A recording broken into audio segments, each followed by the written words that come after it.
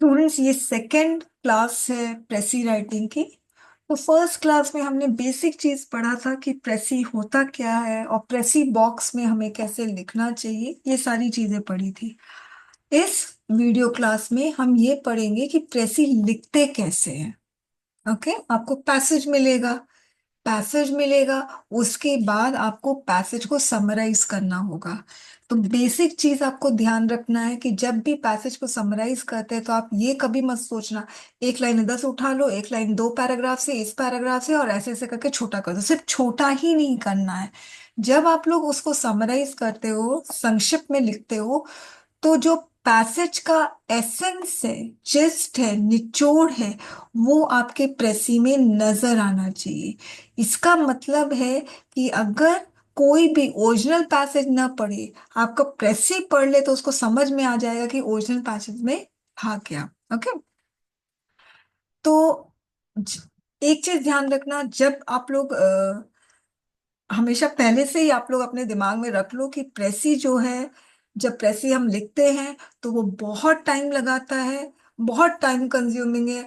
Reading comprehension में आपको time नहीं लगा होगा, ज्यादा से ज्यादा आधा घंटा, 40 मिनट्स ज्यादा से ज्यादा। डिफिकल्ट पैसेज भी आया होगा रीडिंग कॉम्प्रिहेंशन में, तो 40 मिनट से ज्यादा टाइम नहीं लगा होगा। मगर प्रेसी में आपको 1.5 घंटा भी लग सकता है आराम से, कोई कोई पैसेज अगर बहुत डिफिकल्ट है। और कभी कभी क्या होता है, स्टूडेंट्स फ्रस्ट्रेट हो जाते हैं, हटाओ कौन लिखेगा, ऐसा भी होता है। तो ये सब काम नहीं करना, लिखना है। 1.5 घंटा लग रहा है, 2 घंटा लग रहा है, आपको लिखना है। ओके, ये चीज ध्यान रखना। अब जब कैसे इतना टाइम लगाता है स्टूडेंट्स, तो इसीलिए मैं कहती हूँ एग्जामिनेशन हॉल में पेपर 2 का जब आप एग्जाम दे रहे हो, तो आपको ये कोशिश करनी है कि प्रेसी को हमेशा एकदम लास्ट में अटेम्प्ट करो। कभी भी बीच में, शुरुआत में अटेम्प्ट नहीं करना चाहिए प्रेसी को। ठीक है, तो चलिए अब हम शुरू करते हैं। प्रेसी जब आप लोग लिखने वाले होंगे तो इसके पहले आप लोगों को पहली रीडिंग लगानी है पैसेज की। जब पैसेज की आप फर्स्ट रीडिंग लगाते हो, तो आप लोगों के दिमाग में ये नहीं होना चाहिए कि मुझे पैसेज का एक एक लाइन समझना है, एक एक वर्ड समझना है। अगर आप लोग ऐसा सोचोगे तो आप लोग पैसेज को कंप्लीट नहीं कर पाओगे। कंप्लीट कर भी लोगे तो आप लोगों की जो अंडरस्टैंडिंग होगी ना, वो पार्शियल अंडरस्टैंडिंग होगी या नहीं भी होगी। आप लोग सिर्फ एक ऑब्जेक्टिव से पैसेज को पढ़ना। जब फर्स्ट बार आप पैसेज पढ़ोगे तो सिर्फ एक ही ऑब्जेक्टिव से पैसेज पढ़ना, कि इसमें आपको देखना है कि कौन सा कीवर्ड बार बार रिपीट हो रहा है पैसेज में। ओके। तो जो कीवर्ड बार बार रिपीट हो रहा है वो हाई काउंट वर्ड हो जाता है, और वो ही पैसेज का टॉपिक हो जाता है। तो आपका फर्स्ट ऑब्जेक्टिव होना चाहिए कि मैं जब पैसेज पढ़ूं तो पैसेज में जो कंटेंट है उसको समझने की कोशिश मत करना। कभी कभी क्या होता है, हम समझ जाते हैं, ऐसा मतलब अननोइंगली हम पैसेज पढ़ रहे हो और हमें कंटेंट भी समझ में आ रहा है, दैट इज ओके, फाइन अगर समझ में आ रहा है। मगर कभी कभी पैसेज डिफिकल्ट होता है, जो आप लोगों को मिलेगा प्रीवियस ईयर पैसेज जब प्रैक्टिस करोगे, तो आप लोगों को मिलेगा कि पैसेज डिफिकल्ट लग रहा है, आपको समझ में नहीं आ रहा है। ऐसे केस में आप लोग ये करोगे कि हाई काउंट वर्ड, की वर्ड आप लोग पहचानने की कोशिश करोगे। ओके। कीवर्ड जो बार बार रिपीट हो रहा है और वो ही आपका टॉपिक बन जाता है पैसेज का। फाइन। अब ये पहला ऑब्जेक्टिव है। दूसरा, आपको इसमें पहचानना है कि वो टॉपिक जो है पैसेज का, उसमें राइटर क्या बात कर रहा है। सिर्फ एक लाइन में अगर आप बता पा रहे हो तो इसका मतलब वो पैसेज का कोर एसेंस हो गया। ओके। यानी पूरा, जैसे मैंने आपको फाइनल डेस्टिनेशन के बारे में बताया था, ये मूवी बहुत जबरदस्त इम्पैक्ट छोड़ी थी मेरे पे। मैं बहुत, मतलब, मूवी फ्रीक टाइप की थी। अभी भी हूँ हल्की हल्की, मगर पहले मैं बहुत देखा करती थी। जब मैं स्टूडेंट थी तो मैं बहुत ज्यादा मूवी देखा करती थी। तो उस वक्त, उस दौरान मैंने ये मूवी देखी थी और बहुत गजब का इम्पैक्ट छोड़ा था मेरे पे। तो इस मूवी का जो कोर एसेंस है वो यही था कि हमें पहले से आभास हो जाता है कि क्या होने वाला है। ओके। तो ये पूरा मूवी का निचोड़ हो गया। फाइन, अगर ये कोई मूवी देखने वाला हो और मैं बस उसको ये वाली चीज बता दूंगी तो उसको समझ में आ जाएगा कि हाँ ये मूवी किसके बारे में है। तो वैसे ही जब आप पैसेज पढ़ो, आपको टॉपिक पहचान में आ जाए, उसके बाद उस टॉपिक के बारे में राइटर क्या कह रहा है, अगर आप एक लाइन में बता पा रहे हो, इसका मतलब आपको पूरा पैसेज समझ में आ गया है। ओके। अब एक चीज ध्यान रखना, वो जो वो जो लाइन है ना, जिस लाइन से आप पूरा पैसेज के बारे में बता पा रहे हो ना, वो लाइन बहुत इंपॉर्टेंट है। और आपको उसी लाइन से अपना प्रेसी शुरू करना चाहिए। और ये बहुत जबरदस्त साइकोलॉजिकल इम्पैक्ट छोड़ता है एग्जामिनर पे। अगर आप उसी जो लाइन है, इन द सेंस जो कोर एसेंस है, अगर आप उसी से अपनी प्रेसी स्टार्ट करते हो, तो एग्जामिनर फर्स्ट लाइन पढ़ के उसको समझ में आ जाएगा, यार इस बच्चे को तो समझ में आ गया है प्रेसी, आप कोई प्रॉब्लम नहीं है। मतलब फिर वो एकदम सुपरफिशियली ऊपर ऊपर पढ़ेगा और आपको मार्क्स ऐसे ही दे देगा। वो first line very very important. ठीक है। तो जो कोर एसेंस है, उसी से हमें अपनी प्रेसी स्टार्ट करनी चाहिए। फाइन। अच्छा, ये फर्स्ट रीडिंग है। तो फर्स्ट रीडिंग में आप लोग कीवर्ड पहचानोगे, जो टॉपिक हो जाएगा। और उस कीवर्ड के बारे में, उस टॉपिक के बारे में ऑथर क्या कह रहा है, राइटर क्या कह रहा है, वो कोर एसेंस हो जाएगा। बस आपको यही काम करना है फर्स्ट रीडिंग में। ओके। और इसके लिए आपको पैसेज को line by line, word by word समझने की बिल्कुल भी जरूरत नहीं है। ओके। अनटिल अनलेस बहुत डिफिकल्ट पैसेज हो। अब आपको वापस से सेकंड रीडिंग करना है। आप समझ रहे हो ये पैसेज, ये जो प्रेसी इतना टाइम क्यों लगाता है, क्योंकि इसमें कम से कम 2 रीडिंग तो रिक्वायर्ड है, हालांकि 3 रीडिंग होनी चाहिए। जैसे मैं जब प्रेसी लिखती हूँ, मुझे इतना एक्सपीरियंस हो गया है प्रेसी लिखने का, फिर भी मैं 2 रीडिंग तो मुझे करना ही पड़ता है। मैं 3 रीडिंग नहीं करती हूँ, मैं 2 ही रीडिंग करती हूँ। मैं 3 रीडिंग इसलिए नहीं करती हूँ क्योंकि मुझे प्रेसी शीट में नहीं लिखना होता है प्रेसी। ओके। इसलिए मुझे 3 रीडिंग की जरूरत नहीं है, मगर मुझे 2 रीडिंग मिनिमम मुझे करना होता है प्रेसी लिखने के लिए। तो आपको तो करना ही पड़ेगा एटलीस्ट 3 रीडिंग्स। ओके। फिर जब आप सेकेंड रीडिंग करोगे, ओके, अब क्या होता है, फर्स्ट रीडिंग में जब हमें एसेंस समझ में आ गया है, उसके बाद जब हम सेकेंड रीडिंग करते हैं ना, तब हमें पैसेज की लाइन समझ में आने लग जाती है, कॉम्प्लिकेटेड लाइंस। ऐसे अनफेमिलियर वर्ड है, उस वर्ड की भी मीनिंग हम अज्यूम कर सकते हैं। ओके। अच्छा, अब सेकेंड रीडिंग में ऑब्जेक्टिव क्या होना चाहिए, आपको जितने भी पैसेज में जो कंटेंट है, आइडियाज है, कंसेप्ट है, वो पूरा स्कैटर्ड रहता है। ओके। आपको देखना है वो क्या बता रहा है, कॉज बता रहा है, इफेक्ट बता रहा है, पॉजिटिव नेगेटिव डिस्क्रिप्शन हो रहा है, क्या हो रहा है, ये चीज आपको देखना है। ओके। आपको, और होता क्या, पैसेज है ना एकदम डिसऑर्डरली फॉर्म में होता है, स्कैटर्ड होता है। तो मगर जब आप प्रेसी लिखोगे, उसको ऑर्डरली फॉर्म में लिखना होगा। ओके। समझ में आया। तो फर्स्ट रीडिंग में सिर्फ टॉपिक और टॉपिक के बारे में क्या बात हुई है, और सेकेंड रीडिंग में आपको एक ओवरऑल पिक्चर जो है पैसेज का, वो आपको अपने दिमाग में डालना है। उसमें भी देखिए, उसमें भी बहुत जरूरत नहीं है कि line by line, word to word समझने की, वो सब उतना जरूरत नहीं है। ओके।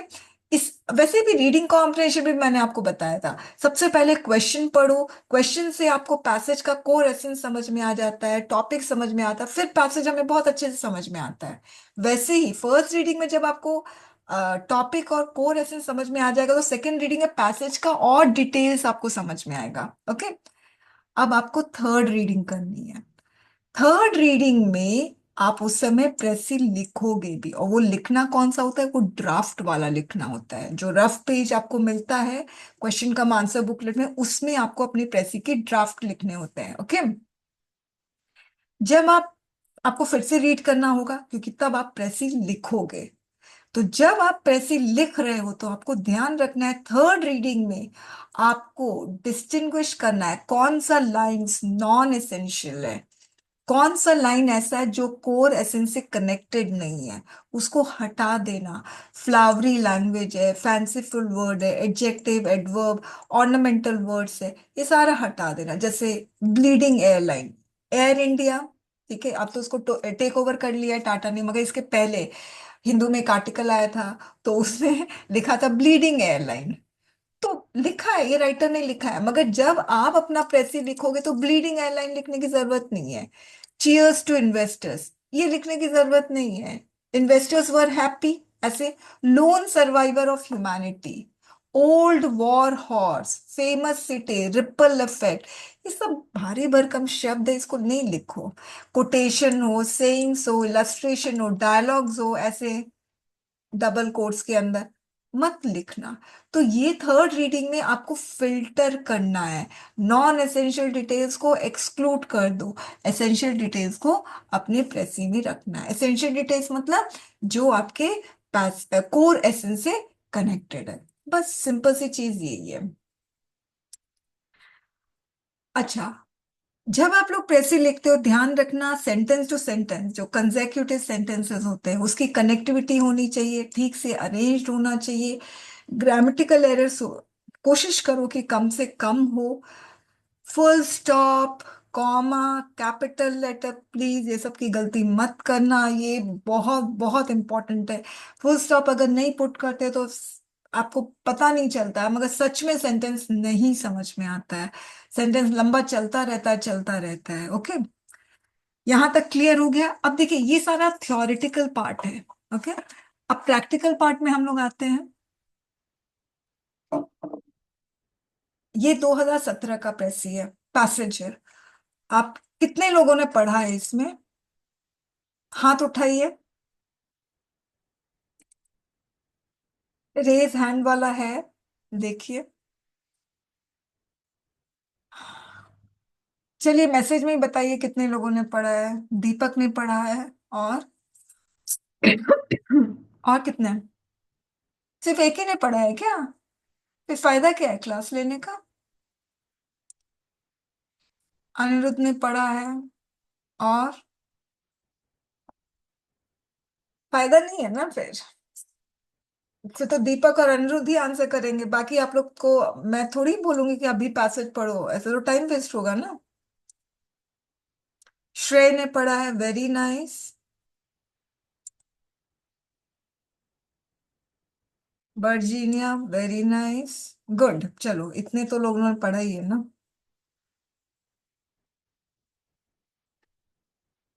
काश बाकी लोग भी पढ़ के आते तो अच्छा रहता।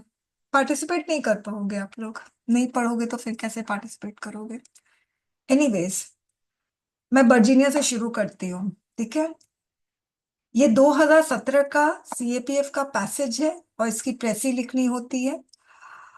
तो सबसे पहला मेरा क्वेश्चन ये है, देखो इसमें पैराग्राफ है 1, 2, 3। मैं थोड़ा सा इसको छोटा कर दूं, 4, ठीक है। 4 पैराग्राफ है, फाइन।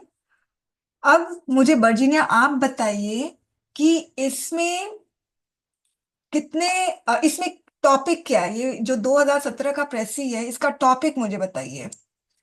कौन सा ऐसा वर्ड है जो बार बार रिपीट हो रहा है पूरे पैसेज में? Yes Virginia.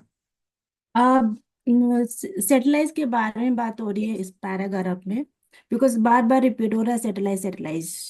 तो अभी ये सैटेलाइट है, ओके। पता नहीं क्यों नहीं काम कर रहा है ये। हाँ, सैटेलाइट आप देखोगे ना, बार बार सैटेलाइट रिपीट हो रहा है हर जगह, आप देखना।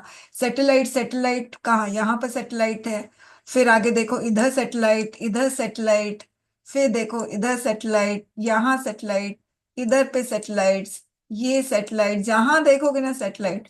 ये सबसे इजीएस्ट पैसेज है सीएपीएफ का, ओके। तो अब देखना हर जगह सैटेलाइट सैटेलाइट है, तो आपको पता चल जाता है कि हाँ, ये पूरा पैसेज सैटेलाइट के बारे में है। तो हमें टॉपिक पता चल गया, कितना आसान है। और ये पैसेज इतना आसान है ना कि आप इसको 2 मिनट में आराम से पढ़ लोगे। अच्छा, सेकंड क्वेश्चन वर्जीनिया, ये टॉपिक हो गया सैटेलाइट। अब इसके बारे में क्या बात हो रही है पूरे पैसेज में, एक लाइन में बताओगे? फर्स्ट वाला तो talking about like. Virginia, you cannot split the entire passage into paragraph and then you say okay. first paragraph talks about this, second paragraph talks about this. Entire passage में satellite के बारे में क्या बात हो रही है सिर्फ एक लाइन में बताओगे? um satellites launching the in no, space. No, no. आपने बोला satellite launching in space, no, इसके बारे में बात नहीं हो रही है पूरे पैसेज में। ठीक है, ओके। श्रेय, आप बताइए। मैम इसमें यूसेज के बारे में बात कर रहे हैं कि आर्टिफिशियल करेक्ट, सैटेलाइट से क्या क्या यूज होते हैं। करेक्ट। सैटेलाइट का यूसेज के बारे में बात हो रहा है। अब श्रेय मुझे बताइए, आपको कैसे पता चला कि सैटेलाइट के यूसेज के बारे में बात हो रहा है? मैम फर्स्ट पैराग्राफ में ही लिखा है कि जब वो ऑर्बिट में जाती है तो हमको पता लगता है कि वो रेडियो सिग्नल्स भेजते हैं, उससे हमारे वेदर के बारे में पता लगता है। एक और सेकेंड, एक उसमें सेकेंड। हर जगह यूसेज के बारे में ही लिखा है मैम। अब सुनो मेरी बात। ये पूरा पैसेज जो है 4 पैराग्राफ में डिवाइडेड है। ओके, तो पहला जो पैराग्राफ है उसमें सैटेलाइट को कैसे लॉन्च किया जाता है, वो अपने सही ट्रैक में रहे, वो पता कैसे लगाया जाता है, ये सारी चीजें है ना, टेक्निकलिटीज बताई गई है। सेकेंड पैराग्राफ में सैटेलाइट का यूसेज बताया गया है। ठीक है। थर्ड पैराग्राफ में सैटेलाइट का यूसेज देखो। सेकेंड पैराग्राफ में use for many things. Okay, तो अब एटमॉस्फेयर में एयर थिन है, थिक है, ये सारा बताते हैं। ठीक है। फिर थर्ड पैराग्राफ में अर्थ का शेप, ये भी यूसेज है, सैटेलाइट से हमें अर्थ का शेप पता चलता है। फोर्थ पैराग्राफ में सैटेलाइट से हमें वेदर के बारे में इंफॉर्मेशन भी मिलती है। तो आप खुद सोचो स्टूडेंट्स, 4 पैराग्राफ है, 4 पैराग्राफ में 3 पैराग्राफ में तो सिर्फ सैटेलाइट का यूसेज ही है, और सिर्फ फर्स्ट पैराग्राफ में सैटेलाइट को कैसे लॉन्च किया जाता है, ओके, सिग्नल्स कैसे भेजे जाते हैं, ये सारा कैलकुलेशन कैसे होता है, ये सारी चीजें। मगर ये जो फर्स्ट पैराग्राफ है, this can't be the essence of the passage. क्यों? क्योंकि 4 पैराग्राफ में 3 पैराग्राफ तो यूसेज ही है। इसी की वजह से एंटायर पैसेज का जो कोर एसेंस है वो है यूसेज ऑफ सैटेलाइट। ओके, तो अब नेक्स्ट क्वेश्चन। तो अपना जो प्रेसी शुरू करोगे, दीपक आप बताओगे। अब आप पैसेज शुरू, सॉरी, अपना प्रेसी शुरू कर रहे हो, तो फर्स्ट लाइन जो प्रेसी का होगा वो क्या होगा?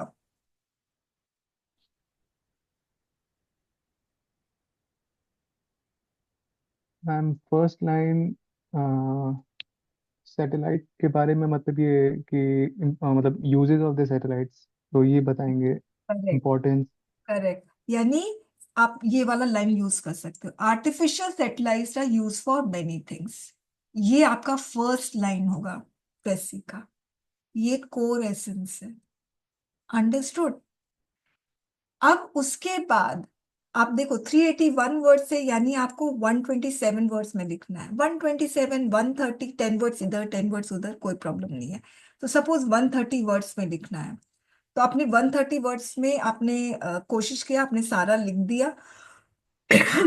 अब उसके बाद आपके पास अगर शब्द बच जाते हैं, ओके, सपोज आपने 120 या 100 वर्ड्स में आपने सारा ये कोर एसेंस के बारे में बता दिया, फिर आपके कोई शब्द बच जाते हैं, तो फिर आप इसके बारे में लास्ट में बता दो।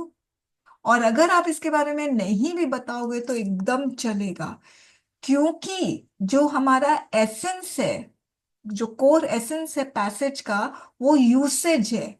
और यूसेज जो है ना, वो लॉन्चिंग से मार्जिनली कनेक्टेड है, मार्जिनली। ठीक है, बहुत वीक सा कनेक्शन है यूसेज और लॉन्चिंग। तो अगर आप नहीं भी बताओगे तो चलेगा। तो कोर एसेंस से जो भी चीज, जो भी idea, concept, line, sentences connected है, उसको तो आपको मेंशन करना ही पड़ेगा। और जो बहुत दूर दूर से कनेक्शन नहीं है या थोड़ा बहुत कनेक्शन है, उसको आप अगर लीव आउट भी कर दोगे तो चलेगा। अंडरस्टूड? मगर इसमें आप कुछ भी लीव आउट नहीं करोगे। फाइन। अब प्रॉब्लम क्या होती है वो मैं बताती हूँ। पहली प्रॉब्लम, स्टूडेंट्स को ये पैराग्राफ बहुत इंपॉर्टेंट लगता है, क्योंकि मैंने आपको, आप ना ये हर इंसान का ना जो दिमाग होता है ना, वो हमेशा फर्स्ट इंप्रेशन पे जाता है, हमेशा। It is directed towards the first line, first sentence, first paragraph, first word, हमेशा। कोई आप इंसान को कभी किसी से मिलते भी हो ना, तो फर्स्ट क्या होता है, फर्स्ट लुक पे जाता है, हम लोग लुक देखते हैं सबसे पहले। ओके, वैसे ही जब स्टूडेंट्स ये पढ़ते हैं पैसेज, तो उनको फर्स्ट जो पैराग्राफ है ना, चाहे इंपॉर्टेंट हो नॉन इंपॉर्टेंट हो, मगर ये फर्स्ट पैराग्राफ है, इसको इंपॉर्टेंट ही समझते हैं और इसको कहीं ना कहीं इंक्लूड करने की कोशिश करते हैं। अब गलती क्या क्या करते हैं वो मैं बता दूं। उनको दिमाग में रहता है कि, और हमेशा मैं जब भी क्लासेस लेती हूँ तो हमेशा ये पैसेज मैं हमेशा डिस्कस करती हूँ, शुरुआत में ये डिस्कस करती हूँ। तो उनके दिमाग में रहता है कि हाँ, रश्मि मैम ने बोला है कि कोर एसेंस से शुरू करना लाइन, तो कोर एसेंस से शुरू कर देते हैं। कैसे? Artificial satellites are use for many things, शुरू कर दिया, मगर अब गड़बड़ी कहाँ किया? During the launching of satellite the rocket must travel. आप समझे? यानी यहां शुरू तो कर दिया, फुल स्टॉप दे दिया, उसके बाद ये वाली चीज शुरू कर दी, ये लाइन शुरू कर दी। यहां डिसकनेक्शन हो जाता है स्टूडेंट। कैसे? आपने लिखा artificial satellites are use for many things, तो अब हम एक्सपेक्ट करेंगे ना, अच्छा use for many things, what are those many things? कोई भी एक्सपेक्ट करेगा, मगर आपने वो मेनी थिंग्स नहीं बताया, आप सीधे जंप कर गए during the launching of the satellite. क्योंकि साइकोलॉजी की आप लोगों को लगता है कि first paragraph anyhow important ही होता है, उसको तो मेंशन नहीं करना, ऐसा कुछ नहीं है। फिर से कह रही हूँ, राइटर जब अपना पैसेज जो लिख रहा है तो वो डिसऑर्डरली वे में लिख रहा है, स्कैटर्ड है उसके कंटेंट। आपका काम है उसको सबको अरेंज करके देना।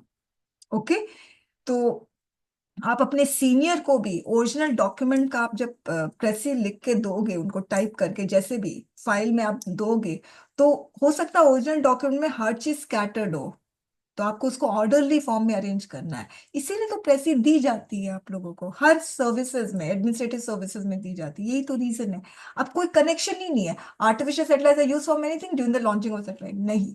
अब जब बोल रहा है artificial satellite are use for many things, आप सीधे लिखो first, its first use is knowing about the upper parts of the atmosphere, या ऐसे लिख सकते हो, artificial satellites helps us in knowing about the upper parts of the atmosphere। Okay, फिर आप ये वाला लाइन लिख दो। सेकंड गलती क्या करते हैं, उनको पता चल गया कि ये ही कोर एसेंस है, मगर क्या करते हैं गलती स्टूडेंट्स, कोर एसेंस को ही स्क्वीज करने की कोशिश करते हैं, मतलब स्क्वीज नहीं, श्रिंक करने की कोशिश करते हैं, उसको ही काटने की कोशिश करते हैं।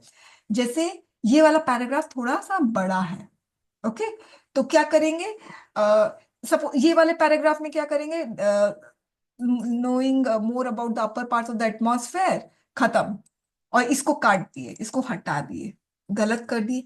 ये पैराग्राफ बड़ा है, तो चलो इसको इसमें से भी कुछ हटा दो, तो जो कोर एसेंस से कनेक्टेड जो लाइंस ऑफ पैरा, उसी को रिमूव कर देते हैं और उसी को शॉर्ट करके बता देते हैं, तो ये गलत हो गया ना। अब देखिए कितना इंपॉर्टेंट लाइन है, द मोर एयर, हम सिर्फ ये बोलेंगे कि अपर पार्ट्स ऑफ द एटमॉस्फेयर, तो गलत हो जाएगा ना, कैसे सैटेलाइट को पता चलता है, ये भी तो लिखना जरूरी है। The more air there is, the more slowly the satellite will travel until it falls to earth. तो इससे हमें थिकनेस और थिननेस एटमॉस्फेयर का पता चलता है। we can find out how much air there is at each height, कितना important line है, और इसी को काट देते हैं। अब ये वाला लाइन मैं पढ़ रही हूँ, we can find out more about the shape of the earth by means of satellite, okay? if the earth is not perfectly round, its gravity will not be same everywhere, कितना important line है, हटा देते हैं बच्चे। Because the pull of the Earth's gravity keeps a satellite in its orbit, any change in the gravity will change the orbit. By watching the way a satellite travels, we can find out whether the Earth's gravity change anywhere. ये सारे lines important हैं।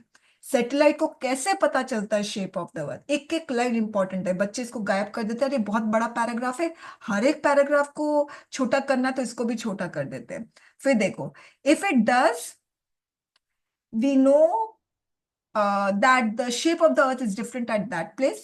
Very important line. In this way, artificial satellites have shown us that the poles of the earth are flattened and that the south pole is flattened more than the north. सारे lines important है, एक एक line important है। इसको आपको, अगर आप इसको छोटा भी करोगे ना, अपने शब्दों में भी लिखोगे, तब भी आपको उसमें एक एक चीज लिखना होगा, आप नहीं हटा सकते हो। अब ये वाला लाइन देखो, अब अजीब बात यह है कि मैंने जितने भी इस पैसेज पे प्रेसी मैंने जितने भी इवैल्यूएट किए हैं, इस लाइन से कुछ नहीं हटाते हैं।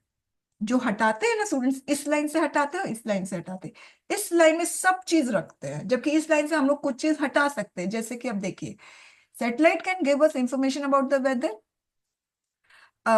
कोई मुझे बताएगा इस लाइन से आप लोग क्या हटा सकते हो? मैं तो बता ही सकती हूँ, मगर कोई और मुझे इसको बता सकता है?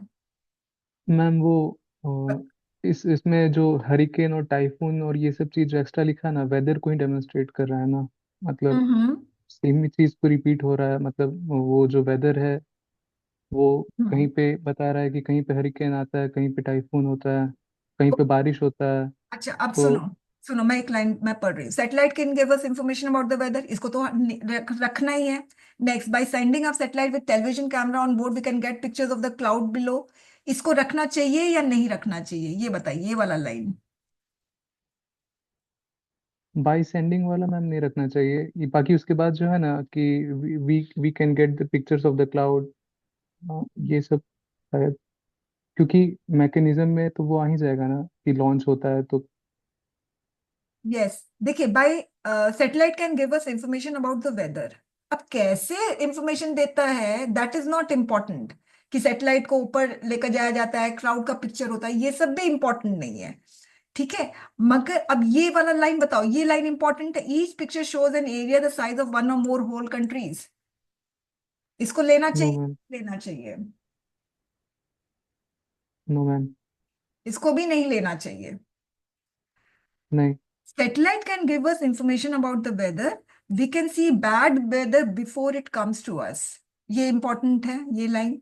Bye getting warning of hurricanes, और ये आप रख सकते हो, यूरिकेन्स टाइफून्स आप रख सकते हो। आप लोग अपने से ना अर्थक्वेक नहीं लिखोगे, फ्लड नहीं लिखोगे, okay? People can get ready to shelter from them. Weather satellite can show us when rain will come. आप सीधे से warning of hurricane typhoons rain, rain भी इधर ही पे लिख दो कॉमा देकर। आप समझे? तो ये अलग से रेन विल कम ये लिखने की जरूरत नहीं है। ठीक है, अब मैं ना now trying to focus weather all around the world with the help of satellites. अब satellite can give us information about the weather, अब फिर ये भी मैम। लिखने की जरूरत नहीं पड़ेगी। मैम इसमें अगर एक वर्ड ऐड करेंगे तो वो गलत हो जाएगा क्या? जैसे कि it gives us early warning about the hurricanes typhoon and the rain, क्योंकि अर्ली इसमें कहीं लिखा नहीं है, लेकिन फिर भी। वार्निंग, अर्ली वार्निंग लिख, अर्ली वर्ड यूज कर सकते हो, ऐसा कुछ नहीं है। तो स्टूडेंट्स, मैं आप लोगों को यही समझाना चाह रही हूँ कि जितना आप लोग पैसेज को प्रैक्टिस करोगे प्रेसी लिखने का, उतना आप लोगों का सेंस डेवलप होगा कि मुझे क्या चीज रखना है, क्या चीज नहीं रखना है। ओके? आप लोगों का जब प्रेसी का इवैल्यूएशन शुरू होगा तो ऑब्वियसली स्मॉल पैसेजेस से होगा। उसके बाद हम प्रीवियस ईयर पैसेज में आएंगे, तो प्रीवियस ईयर का जो पैसेज होगा ना, ये इसी से शुरू होगा, 2017। अब मैं देखूंगी आप लोग कितने अच्छे से इसको लिखते हो, इतना अच्छे से पैसेज समझाने के बाद। फाइन। देखिए, ये वाला जो पैसेज है ना, it is considered to be the easiest one. ये एकदम बहुत इजी पैसेज है, इतना इजी पैसेज अभी तक सीएपीएफ में और कोई नहीं है। फाइन। अब हम आते हैं नेक्स्ट पैसेज में। कौन माइक में बोल सकता है, मुझे ये बताइए, दीपक के अलावा माइक में और कौन, वर्जीनिया के अलावा माइक में और कौन बोल सकता है? आकाश, अनिरुद्ध, अनिरुद्ध नहीं बोल सकता, लाइब्रेरी में है। आकाश, आप नहीं बोल सकते क्या? लाइब्रेरी में हो आप?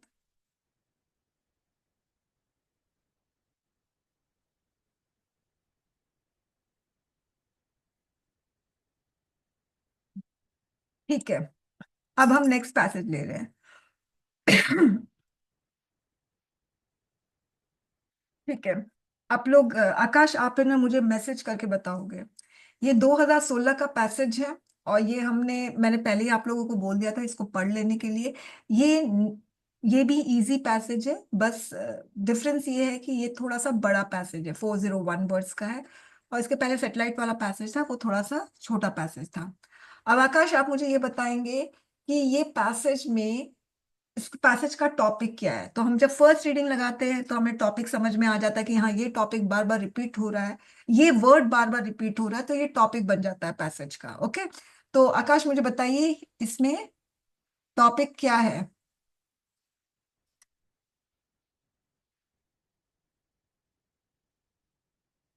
और इनकम्प्लीट मैसेज लिखोगे ना तो समझ में नहीं आएगा। अनिरुद्ध ने लिखा मैम फर्स्ट पैराग्राफ में, अब मुझे नहीं समझ में आया फर्स्ट पैराग्राफ में व्हाट। ठीक है, तो एक बार में पूरा मैसेज लिखो। बच्चे टेलीग्राम में भी और व्हाट्सएप में भी ऐसे लिखेंगे, हेलो एक पोस्ट कर दिया, फिर मैम पोस्ट कर दिया, हाउ फिर पोस्ट किया, आर फिर पोस्ट किया, अरे बार बार बचता रहेगा, एक बार में लिखो। एनीवेज ठीक है, चलिए जो माइक में बोल सकता है ना, इससे क्लास स्लो नहीं रहेगी। ये वाला पैसेज का टॉपिक क्या है? फूल्स। गुड आकाश, फूल्स है। अब देखोगे बार बार फूल्स रिपीट हो रहा है, ठीक है। तो अगर हम ये पैसेज हम पढ़ेंगे तो यहाँ पर फूल्स आया है, फिर आप आगे पढ़ो यहाँ फूल्स आया है, इधर फूल्स आया है, हर जगह आपको फूल्स ही दिखेगा। ठीक है, मैं आगे जा रही हूँ, बहुत सारे फूल्स दिखेंगे, अभी मुझे दिख नहीं रहे मगर है फूल्स, बहुत सारे हैं।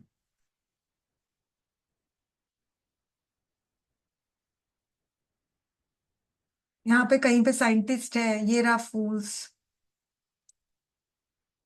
ओके, यहाँ पे कहीं पे फुलिश साइंटिस्ट होगा, ये रहा फूल्स। तो आपको हर जगह फूल्स दिखेंगे, तो ये पूरा का पूरा टॉपिक फूल्स के बारे में। नेक्स्ट क्वेश्चन, ध्यान से सुनना जो मैसेज टाइप करोगे। क्या बात हो रही है पैसेज में फूल्स के बारे में, एक लाइन में आपको जवाब देना है।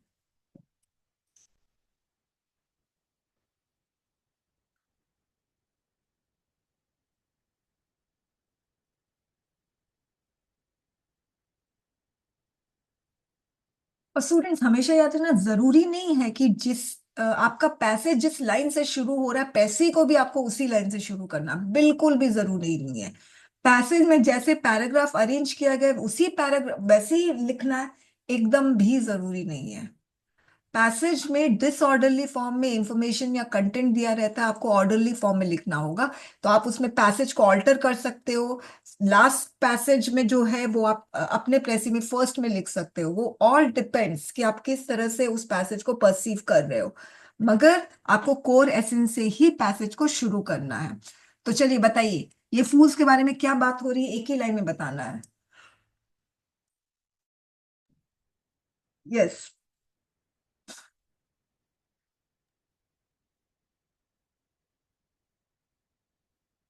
बर्जी ने आप बताइए फूल्स के बारे में क्या बात हो रही है। Dangerous fool with the oh, what is this? हाँ, बोले। बोलिए। Fools and their actions have detrimental effect on the safety and security of the planet.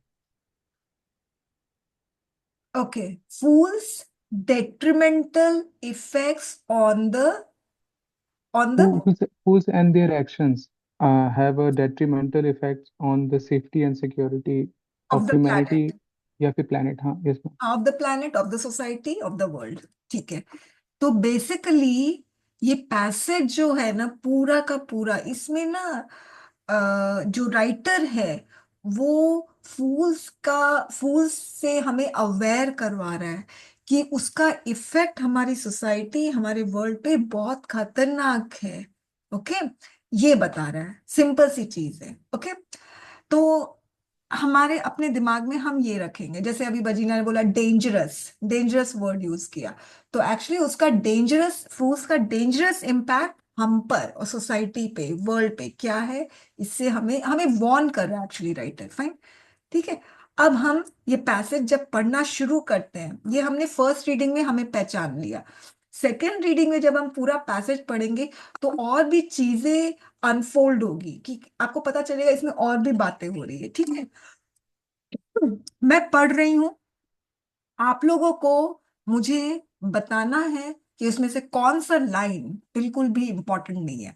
अच्छा मुझे सबसे पहली चीज है, आप लोग शुरुआत कैसे करोगे? ये प्रेसी प्रेसी जो है इसका शुरुआत कैसे करोगे?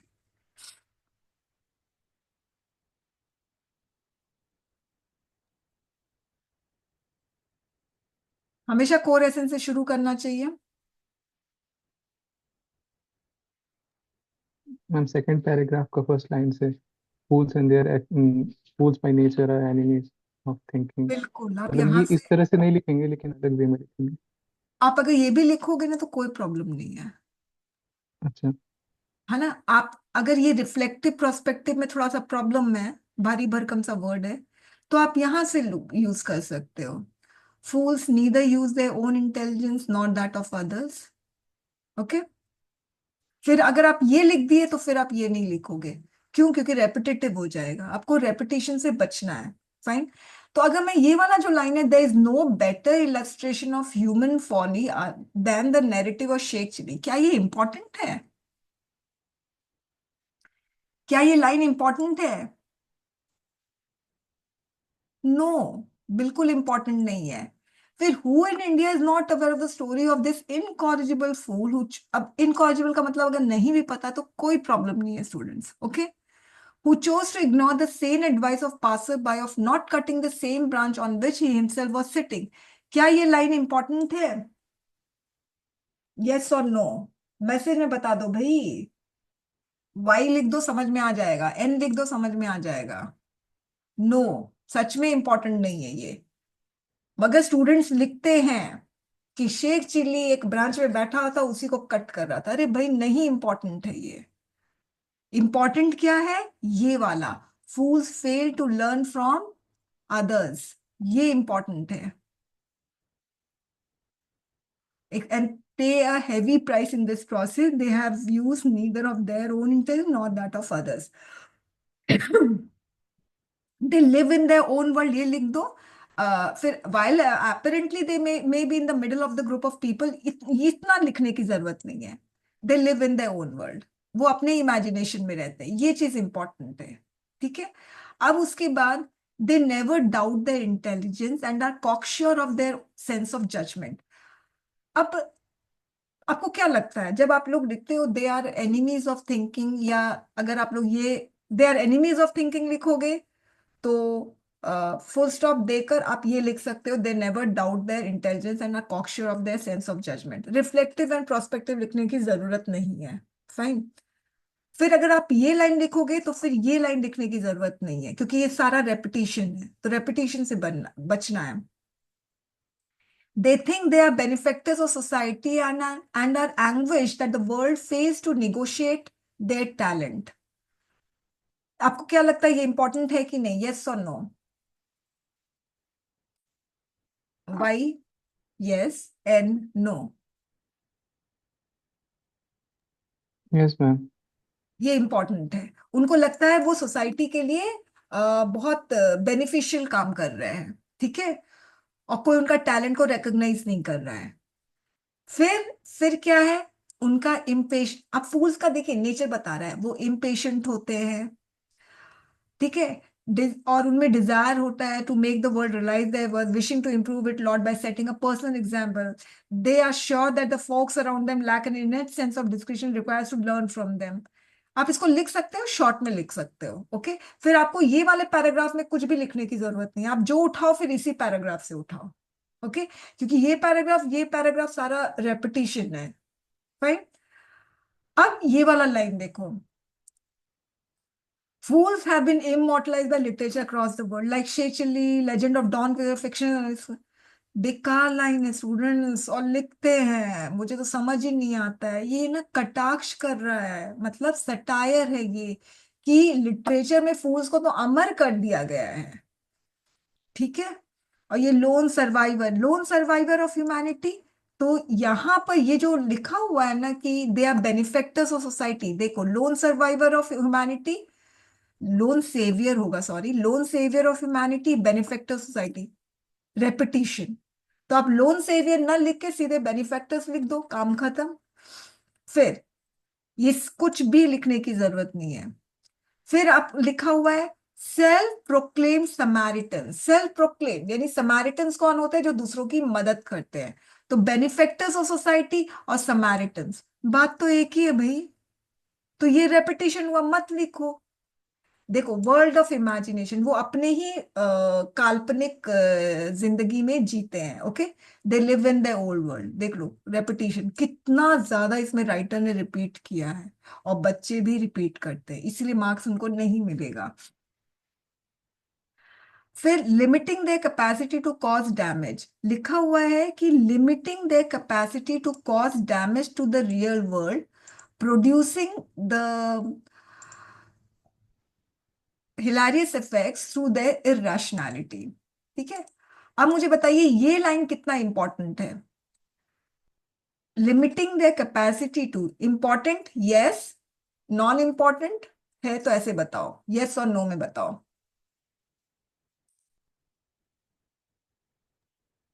Yes ma'am. इंपॉर्टेंट है, मैसेज में बताओ,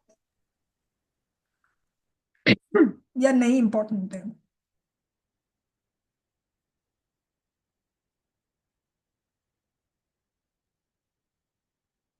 इंपॉर्टेंट है।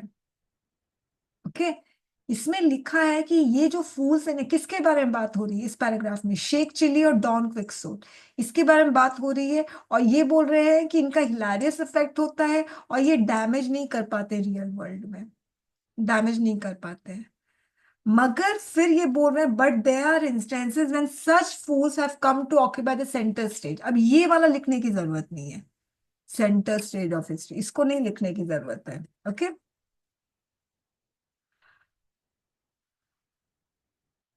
अब आ गया हिटलर।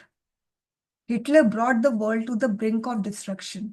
सीधे लिखो, Hitler try to destroy the world. ये एक फूल है। फिर फुलिश साइंटिस्ट, तो यहां पर बोल रहे हैं कि शेख चिल्ली और ये लोग है ना डिस्ट्रॉय नहीं कर पाएंगे वर्ल्ड को, डैमेज नहीं कॉज कर पाएंगे, मगर हिटलर और साइंटिस्ट जैसे फूल्स हैं, ये लोग वर्ल्ड को डिस्ट्रॉय करेंगे। और फिर कहीं पे पॉलिटिशियंस के बारे में भी है। ठीक है, ये लोग वर्ल्ड को डिस्ट्रॉय करेंगे। तो अब मुझे जो हमने कोर एसेंस हमने पकड़ा था कि फूल्स जो है वो डेट्रीमेंटल इफेक्ट है उनका, ठीक है, हार्मफुल इफेक्ट्स है उनका सोसाइटी पर। फाइन, ये आपका शुरुआत है। ओके, अब उसके बाद आप लोगों को ये कोर एसेंस है। अब उसके बाद आप लोगों को क्या पता चला फूल्स के बारे में, फूल्स के नेचर के बारे में पता चला, ये पूरा नेचर है। फिर आपको एक तरह का फूल्स के बारे में पता चला जो हिलारियस इफेक्ट्स देते हैं, मगर वो डैमेज कॉज नहीं करते हैं, ये एक तरीके का फूल है। दूसरे तरीके का फूल क्या है, वो लोग हिलारियस इफेक्ट नहीं देते हैं, वो लोग वाकई में डैमेज कॉज करते हैं वर्ल्ड को। आपको समझ में आया? तो जो भी एकदम स्ट्रांगली कनेक्टेड है आपके कोर एसेंस है, उसको रखो, बाकी सारा हटा दो। Understood my point? अब देखिए, जो कोर एसेंस है ना, देखिए मेरा पैसेज प्रेसी कोर एसेंस से मैंने शुरू किया है। Fools are threat to the safety and security of the planet earth, सीधे कोर एसेंस से शुरू कर दिया। अब अब आप देखिए, मैंने लिखा है fools are threat to the safety and security of planet earth. तो मैं यहां पर फिर मैं शेख चिल्ली के बारे में नहीं बताऊंगी, क्योंकि जैसे मैंने थ्रेट लिख दिया, तो ऐसा कौन सा फूल है जिसने थ्रेटन किया है प्लैनेट को, वो है साइंटिस्ट, वो है हिटलर। तो मैंने देखिए कनेक्शन कर दिया। और अगर सपोज मैंने ऐसे लिखा होता, fools are threat to the safety and security of the planet earth, और फिर उसके बाद मैं लिखती fools are impatient, fools have no intelligence, fools live in their own world of imagination, तो फिर लॉस्ट कनेक्शन, वो कनेक्शन लॉस्ट हो जाता। जैसे ही मैंने थ्रेटन लिखा, तो मुझे फिर सीधे थ्रेटन वाला बात बताना पड़ेगा, वो जो फुलिस है। तो आपको इस तरह से पैसेज को, अप्रेसी को आपको अरेंज करना पड़ेगा, सेंटेंस टू सेंटेंस आपको कनेक्टिविटी लेकर आनी होगी। Understood my point? अब हम आते हैं, ये 2015 का जो है ना पैसेज, वो डिफिकल्ट है, काफी डिफिकल्ट है। 2014 का पैसेज बहुत डिफिकल्ट है, उसको मुझे 2014 के पैसेज को मुझे 3-4 बार पढ़ना पड़ा था। अब उसके बाद हम आते हैं नेक्स्ट पैसेज में। 2013।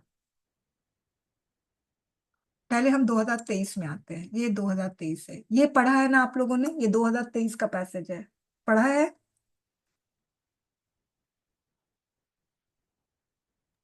No ma'am. यस और नो? No ma'am. किसने पढ़ा है इसको?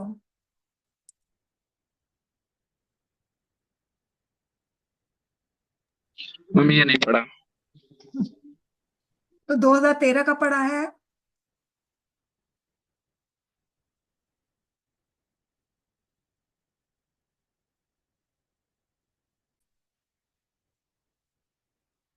सबसे पहले इसका टॉपिक क्या है, ये हमें पता लगाना है। ठीक है, तो कोई बता सकता है इसका टॉपिक क्या है? श्रेय बताइए।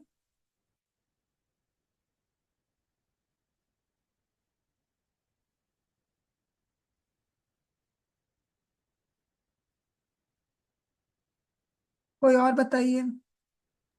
मैम टेक्नोलॉजी के बारे में बात कर रहे थे। और किसके बारे में बात हो रही है? Ma'am, intertwining art. Relation between art, art and technology. Correct. Art and technology, इसके बारे में बात हो रही है। तो अब देखिए, आर्ट एंड टेक्नोलॉजी, आपको कहीं ना कहीं टेक्नोलॉजी दिखेगा, एस्थेटिक आर्ट से कंसर्न है। फिर उसके बाद टेक्नोलॉजी, ओके, टेक्नोलॉजी कहीं कहीं आर्ट्स भी दिखेगा। बेसिकली देखो, टेक्नोलॉजी इसका मतलब ये नहीं, टेक्नोलॉजी कहीं कहीं आर्ट्स भी है जो हमें दिखे, artist, technology, art, technology, art, artist, technician, artistic, art, technology. तो बेसिकली ये टॉपिक है art and technology. Okay, next question, इसके बारे में राइटर आर्ट एंड टेक्नोलॉजी के बारे में क्या बात कर रहा है?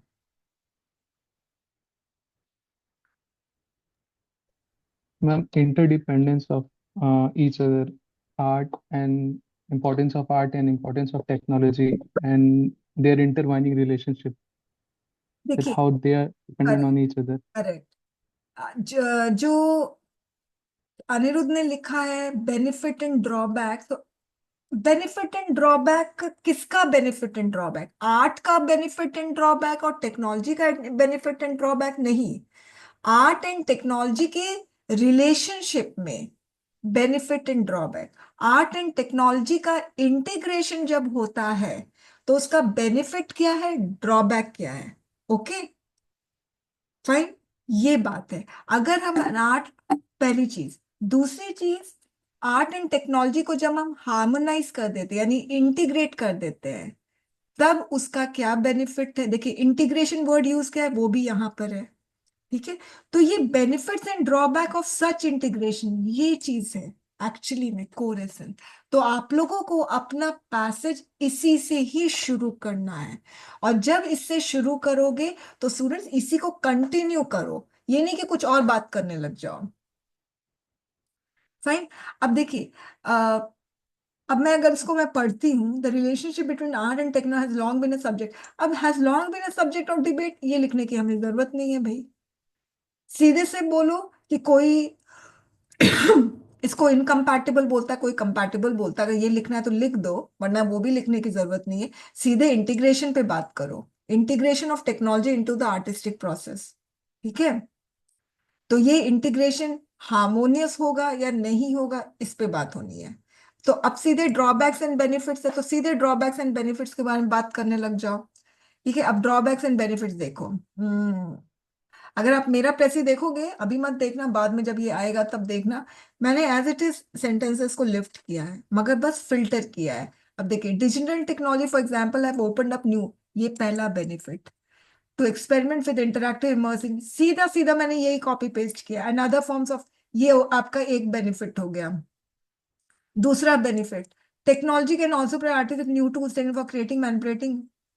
ठीक है, कैन अंडरमाइन। फिर अब उसका ड्रॉबैक क्या है, at the same time they are concern that technology can undermine. दो बेनिफिट्स, एक ड्रॉबैक। फिर एक और है, technology can result in commodification of that, ये चौथा पॉइंट हो गया।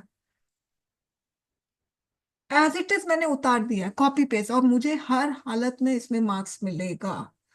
और स्टूडेंट्स ने, मैंने एक स्टूडेंट का, ये आर्ट एंड टेक्नोलॉजी वाला मैंने इवेलुएट किया था, ये जो बेनिफिट्स है ना इसको भी छोटा कर दिया, इतना छोटा कर दिया कि लग रहा था एक बेनिफिट लिखा है एक ड्रॉबैक लिखा है, जबकि देखो 4 पॉइंट्स आ गए। अदर्स वरी, और आ रहा है, technology can dehumanise the artistic process, ये 5वां पॉइंट। फिर further complicated by the fact technology is constantly, which means that its possibility and limitations are always changing. As a result, relation is dynamic and that requires ongoing. ये इतना important नहीं है, अगर आपको लिखना है तो लिख देना, मैंने नहीं इसको ऐड किया था। ठीक है, हमें तो वर्ड लिमिट पे भी तो रहना पड़ेगा ना, वो चीज हमें रेस्ट्रिक्ट कर रही है। ठीक है, तो the relationship between art and tech is dynamic that requires ongoing exploration exploration. ठीक है, उसके बाद आगे देखो कितना सारा है। Philosophers have provided a range of interpretation of art created through artificial intelligence, offering insight into ethical, epistemological, and ontological implication of this new. One of the key philosophical debates surrounding art concerns the nature of creativity. इसमें ये चीज आपको mention करनी पड़ेगी artificial intelligence के बारे में। cannot be truly creative since it is, अब देखो artificial मतलब art created through artificial intelligence cannot be truly creative since it is ultimately the product of machine rather than human being. इसके बारे में आपको लिखना पड़ेगा। अब there is no consensus on the philosophical implication of artificial intelligence. The debates surrounding this new art form have opened up new avenues for philosophical inquiry and reflection. मुझे ये सब चीज इतना इंपॉर्टेंट नहीं लगा, क्योंकि मेरा जो जो पैसेज का जो एसेंस है ना, वो benefits and drawback of the art and technology integration है, ये है। तो इसमें इंक्वायरी हो रही है, रिफ्लेक्शन हो रहा है, डिबेट हो रहा है, तो इतना तो मेरे पास वर्ड्स ही नहीं है ना कि मैं ये सारी चीजें लिखूं। ओके, फिर implication of human artistry, हटाओ ये paragraph. Using deep learning machine are also able to learn from massive amount of data, produce unique art of can range. हाँ, ये एक और पॉइंट हो गया। देखिए ये 5 है, देखिए 6th पॉइंट, रियलिस्टिक पोर्ट्रेट्स बना सकते हैं। Artificial generated art is often reflection of data it has been trained leading to unexpected and unique result. ये पूरा 6 पॉइंट्स में आ जाएगा। Artificial intelligence art provides a new lens through which we can view the world span. अब same चीज लिखा, unexpected unique result, new way, view the world span, new tradition, ये same है, रेपिटेशन हो रहा है, तो इसको हटा सकते हैं, बात खत्म। बहुत इजी है ये पैसेज भी, मगर इसको भी आप लोगों को कॉम्प्लिकेट करना है। अच्छा, अब मुझे बताइए, आप समझ में आ गया बेसिकली प्रेसी कैसे लिखते हैं? तो आप कल से प्रेसी आप लिखना शुरू करना, मैं एवेलुएट करूंगी। और ध्यान रखना है, आप अपने कोर एसेंस से शुरू करोगे और कोर एसेंस से ही कंटिन्यू करोगे। ये नहीं कोर एसेंस से शुरू कर दिया फिर कुछ और बात करने लगे, ये काम नहीं करोगे। ओके, और कोई क्वेरी है? अनिरुद्ध को आप लोग अपना पूरा डिटेल्स आप लोग उसको दोगे और वो लिखता जाएगा, आई मीन टाइप करता जाएगा। Okay, thank you very much students.